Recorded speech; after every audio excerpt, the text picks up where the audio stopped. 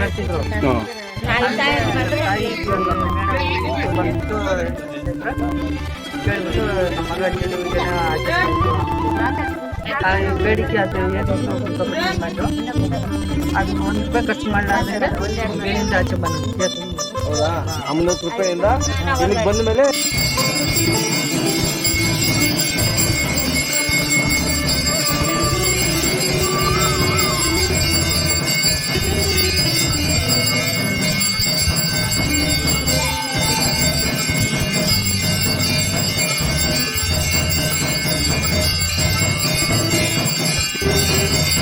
ವಿಶೇಷ ಪೂಜೆ ಅಂದ್ರೆ ಬಹಳ ವಿಶೇಷ ಇರುತ್ತೆ. ಅಂದ್ರೆ ಕಾಯಿ ಬಾಳೆಹಣ್ಣು ಕಡಿಮೆ ಮಾಡ್ತೀನಿ ನಾನು. ಅಂದ್ರೆ ಕಾಯಿ ಬಾಳೆಹಣ್ಣು ಪೂಜೆಗಳನ್ನೆಲ್ಲ ಕಡಿಮೆ ಮಾಡ್ತೀನಿ. ಈ ಶಾಂತಿ, ಈ ಹೋಮ ಇವೆಲ್ಲ ನಾನು ಮಾಡ್ಸಲ್ಲ. ಅಮಾವಾಸ್ಯೆ ದಿನ ಅವನ್ನೆಲ್ಲ ಜಾಸ್ತಿ ಮಾಡ್ಸಲ್ಲ. ಅಂದ್ರೆ ಹೋಮ ಅನ್ನತಕ್ಕಂಥದ್ದು ನಮ್ಮ ಹಿಂದೂ ಸಂಪ್ರದಾಯ. ಮಾಡಿಸ್ತೀನಿ ವರ್ಷಕ್ಕೊಂದು ಸರಿ. ಚಂಡಿಕಾ ಹೋಮ ಮಾಡಿಸ್ತೀನಿ, ದುರ್ಗಾ ಹೋಮ ಮಾಡಿಸ್ತೀನಿ, ಗಣಪತಿ ಹೋಮ ಮಾಡಿಸ್ತೀನಿ, ವಾಸ್ತು ಹೋಮ ಮಾಡಿಸ್ತೀನಿ. ಇಷ್ಟು ಮಾತ್ರ ಹೋಮಗಳನ್ನ ನಾನು ಮಾಡಿಸ್ತೀನಿ. ಅದು ವರ್ಷಕ್ಕೊಂದ್ಸರಿ. ಜಾತ್ರೆ ಫೆಬ್ರವರಿ ಟೈಮಲ್ಲಿ ಆಗುತ್ತೆ, ಆ ಟೈಮಲ್ಲಿ ಮಾಡಿಸ್ತೀನಿ. ಈ ಮೊರೆ ಉತ್ಸವ ಅಂದ್ರೆ ಅಮಾವಾಸ್ಯೆ ದಿನ ಅಷ್ಟೇ ನಾನು ಮಾಡೋದು, ಬೇರೆ ಟೈಮಲ್ಲಿ ಮಾಡ್ತೀನಿ. ನಾವು ಅರ್ಕಲ್ಗೋಡಿಂದ ಬಂದಿರೋದು. ಅರ್ಕಲ್ ಕೂಡ ಐತೆ ಮೇಡಮ್. ನಮಗೆ ಯೂಟ್ಯೂಬಲ್ಲಿ ನೋಡ್ಕೊಂಡೆ, ಮೊಬೈಲಲ್ಲಿ ನೋಡ್ಕೊಂಡು ತಿಳ್ಕೊಂಡು ಅಡ್ರೆಸ್ ತಿಳ್ಕೊಂಡು ಫೋನ್ ಮಾಡ್ಕೊಂಡು ಇಲ್ಲಿ ಬಂದ ನಮ್ಮ ಯಜಮಾನ್ ಕರ್ಕೊಂಡು ಭಾರಿ ಡ್ರಿಂಕ್ಸ್ ಮಾಡ್ತಾಯಿದ್ರು. ಇವಾಗ ಚೆನ್ನಾಗಿದ್ದಾರೆ. ಡ್ರಿಂಕ್ಸ್ ಮಾಡ್ತಾಯಿಲ್ಲ ಸರ್. ಡ್ರಿಂಕ್ಸ್ ಮಾಡೋದು ಬಿಡೋದಕ್ಕೆ ಅಮ್ಮ ಯಾವ ಥರ ಸಹಾಯ ಮಾಡಿದ್ರು? ಅಮ್ಮನ ಹತ್ರ ಬಂದ ಏನು ಪ್ರಾಬ್ಲಮ್ ಅಂತ ಕೇಳ್ತು. ಹಿಂಗೆ ಜಾಸ್ತಿ ಡ್ರಿಂಕ್ಸ್ ಮಾಡ್ತಾರಮ್ಮ ಮನೆ ಕಡೆ ಪ್ರಾಬ್ಲಮ್ ಅಂದ. ಒಂದು ನಿಂಬೆ ಹಣ್ಣು ಕೊಡ್ತು ಅಮ್ಮ. ನಿಂಬೆ ಹಣ್ಣು ತಗೊಂಡೋಗಿ ಮನೇಲಿ ಜ್ಯೂಸ್ ಮಾಡಿಕೊಟ್ಟೆ, ಕುಡಿದ್ರು. ಅವಾಗ್ಲಿಂದ ನಮ್ಮ ಮನೇಲಿ ಡ್ರಿಂಕ್ಸ್ ಮಾಡೋದು ಬಿಟ್ಟು. ಅಮ್ಮ ಚೆನ್ನಾಗಿ ರೆಸ್ಪಾಂಡ್ ಮಾಡ್ತದೆ ಅಮ್ಮ ಚೆನ್ನಾಗಿ ನೋಡ್ಕೊತಿದೆ, ಚೆನ್ನಾಗಿ ರೆಸ್ಪಾಂಡ್ ಮಾಡ್ತಿರ್ತದೆ. ಯಾವುದಂತೂ ಸೌಕರ್ಯ ಚೆನ್ನಾಗಿದೆ ಇಲ್ಲಿ. ಬೇರೆ ಟೈಮಲ್ಲಿ ಅಮಾವಾಸ್ಯೆ ಬರೋದಿಲ್ಲ, ತಿಂಗಳಿಗೆ ಒಂದ್ಸರಿ ಅಮಾವಾಸ್ಯೆ. ಆ ದಿನ ಅಂತ ಅದ್ ಯಾರು ಕಂಡಿಡಿದ್ರು ಗೊತ್ತಿಲ್ಲ. ಆ ದಿನದಲ್ಲಿ ಅಮಾವಾಸ್ಯೆ ದಿನ ಎಂತ ಒಂದು ದೇವ್ರ ಕಲ್ಲಿಗೂ ಕೂಡ ಶಕ್ತಿ ಬರುತ್ತೆ ಅಂತ ನಮ್ಮ ಗ್ರಂಥದಲ್ಲಿದೆ. ಅಮಾವಾಸ್ಯೆ ದಿನ ಒಂದು ಕಲ್ಲಿಗೂ ಶಕ್ತಿ ಬರುತ್ತೆ ಅನ್ನತಕ್ಕಂಥದ್ದು ಸಾಬೂತಿದೆ. ಆ ಒಂದು ದಿನದಲ್ಲಿ ಮಾತ್ರ ಮೊರೆ ನೀರು ಅಂದ್ರೆ ಅದ್ರಲ್ಲಿ ಬಹಳ ಪವರ್ ಇರ್ತದೆ. ಯಾರು ಕಾಶಿಗೆ ಹೋಗಕ್ಕಾಗಲ್ಲ, ರಾಮೇಶ್ವರಕ್ಕೆ ಹೋಗಕ್ಕಾಗಲ್ಲ. ಆಮೇಲೆ ಈ ಕಾಶಿಯಿಂದ ಬರತಕ್ಕಂಥದ್ದೇ ಸಾಲಿಗ್ರಾಮ ತೀರ್ಥ.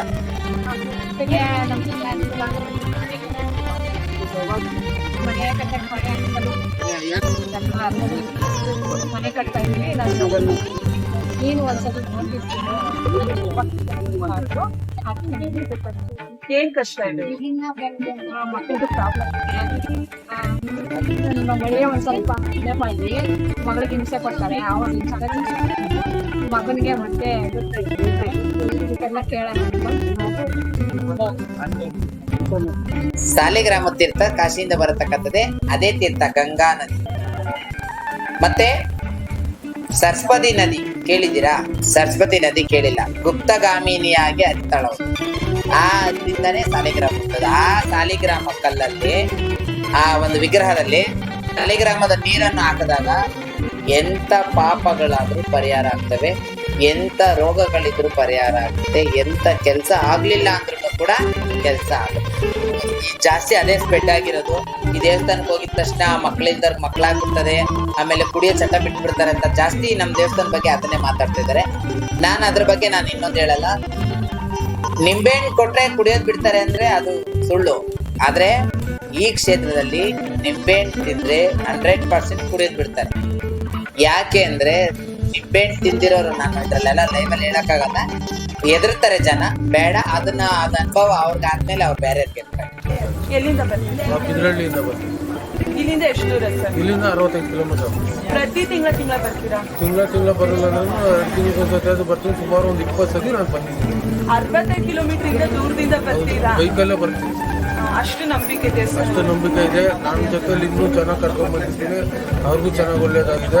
ಅದಕ್ಕೋಸ್ಕರ ನಾನು ಬರ್ತಾ ಇರ್ತೀನಿ. ಏನ್ ಕಷ್ಟ ಆಯ್ತು ಸರ್ ಈ ದೇವಸ್ಥಾನಕ್ಕೆ ಬರೋದಕ್ಕೆ ಮುಂಚೆ ನಮ್ಗೆ ಸ್ವಲ್ಪ ಕಷ್ಟ ಇತ್ತು. ಡ್ರಿಂಕ್ಸ್ ಮಾಡ್ತಾ ಇದ್ವಿ. ಡ್ರಿಂಕ್ಸಲ್ಲಿ ಇದ್ದಿತ್ತು.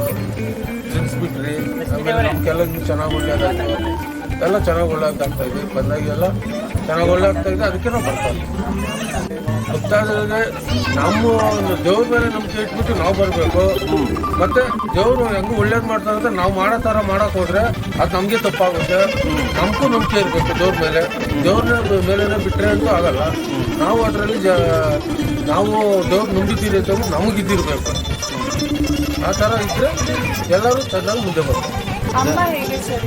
ಅಮ್ಮ ಪರವಾಗಿಲ್ಲ, ನಮ್ಮ ಅಮ್ಮ ಥರ ನಾವು ಬರ್ತೀವಿ. ಕುಡಿಯೋದು 100% ಬಿಡ್ತಾರೆ. ಇದು ಬಹಳ ದೊಡ್ಡದು. ನನ್ನ ಮುಂದೆ ಇರತಕ್ಕಂಥದ್ದು ಧರ್ಮ ಇದೆ. ಅಂದ್ರೆ ಮನುಷ್ಯರು ಮೈ ಮೇಲೆ ದೇವ್ರು ಬರುತ್ತೆ ಅನ್ನತಕ್ಕಂಥದ್ದು ಎಲ್ಲೋ ಒಂದು ಕಡೆ ಸತ್ಯನೋ ಎಲ್ಲೋ ಒಂದು ಕಡೆ ಸುಳ್ಳೋ ಅದು ನಮಗ್ ಗೊತ್ತಿಲ್ಲ. ಅದ್ರ ಬಗ್ಗೆ ನಾವು ಹೇಳೋದು. ದೇವ್ರ ಮೈ ಮೇಲೆ ಬರತಕ್ಕಂಥದ್ದು ಸುಳ್ಳು ಅಂತ ನಾನು ಹೇಳ್ಕೊತೀನಿ. ಯಾಕೆಂದ್ರೆ ನನ್ನ ಮೈ ಮೇಲೆ ಬರಲ್ಲ, ನಾನು ಅದನ್ನ ಹೇಳ್ಕೊತೀನಿ. ಕೆಲವ್ರ ಮೈ ಮೇಲೆ ಬರುತ್ತೆ, ಅದು ಅವ್ರಿಗೆ ಮಾತ್ರ ಸತ್ಯ ಇರುತ್ತೆ, ನನಗ್ ಸತ್ಯ ಇರೋದಿಲ್ಲ.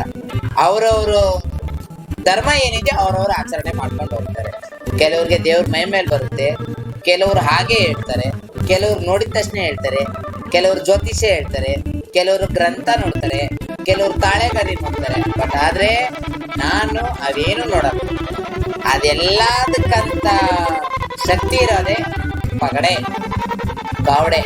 ಪಂಚ ಪಾಂಡವರು ಮಹಾಭಾರತ ಈ ಕವಡೆಯಿಂದನೇ ನಡೆದಿತ್ತು. ಯುದ್ಧ ಈ ಕವಡೆಯಿಂದನೇ ನಡೆದಿತ್ತು, ಬೇರೆ ಯಾವ್ದ್ರಿಂದನಲ್ಲ. ಮನುಷ್ಯರು ಸುಳ್ಳು ಹೇಳ್ಬೋದು, ಕವಡೆ ಸುಳ್ಳು ಹೇಳ್ತಾವ? ಆ ಕವಡೆ ಹೇಳ್ಬೇಕು ಅಂದ್ರೆ ಆ ಒಂದು ವಿದ್ಯಾ ಸಂಪಾದನೆ ಮಾಡಿರ್ಬೇಕು, ಆ ಒಂದು ಧರ್ಮ ಸಂಪಾದನೆ ಮಾಡಿರ್ಬೇಕು.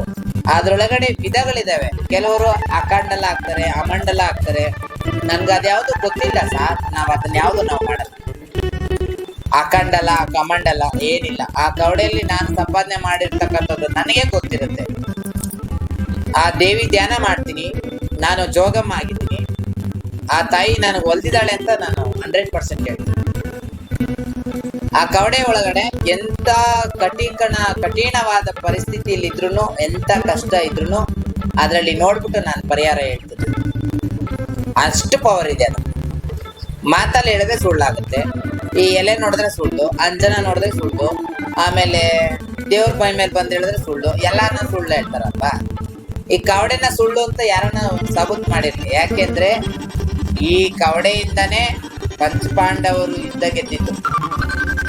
ಇಡೀ ನಮ್ಮ ಭಗವದ್ಗೀತೆಯಲ್ಲಿ ಏನು ನಮ್ಮ ರಾಮಾಯಣ ಇದೆಯೋ, ಮಹಾಭಾರತ ಯುದ್ಧ ನಡೆದಿದ್ದೆ ಕವಡೆಯಿಂದ. ಇದರಲ್ಲೇ ಅವ್ರು ಗೆದ್ದಿದ್ದು. ಸತ್ಯ ಸುಳ್ಳಾಗಿದ್ದು, ಸುಳ್ಳು ಸತ್ಯ ಆಗಿದ್ದು ಇದರಲ್ಲೇ ಕಂಡುಹಿಡಿದಿದ್ದು. ಈ ಒಂದು ವಿದ್ಯೆಯಲ್ಲಿ, ಈ ಒಂದು ಪಗಡೆಯಲ್ಲಿ ಎಂಥವ್ರು ಕೂಡ ಗೆಲ್ತಾರೆ, ಎಂಥವ್ರು ಕೂಡ ಸೋತಿದ್ರು ಅವರು 100% ಗೆಲ್ತಾರೆ. ಹಾಗಾಗಿ ಈ ವಿದ್ಯೆನ ನಾನು ಕಲ್ತಿದ್ದೀನಿ. ಅದಕ್ಕೂ ಕೂಡ ನನ್ನ ಕಾಲಜ್ಞಾನಿ ವೀರಬ್ರಹ್ಮಯ್ಯನವರೇ ಹತ್ರ ಕಲ್ತಿ ನಾನು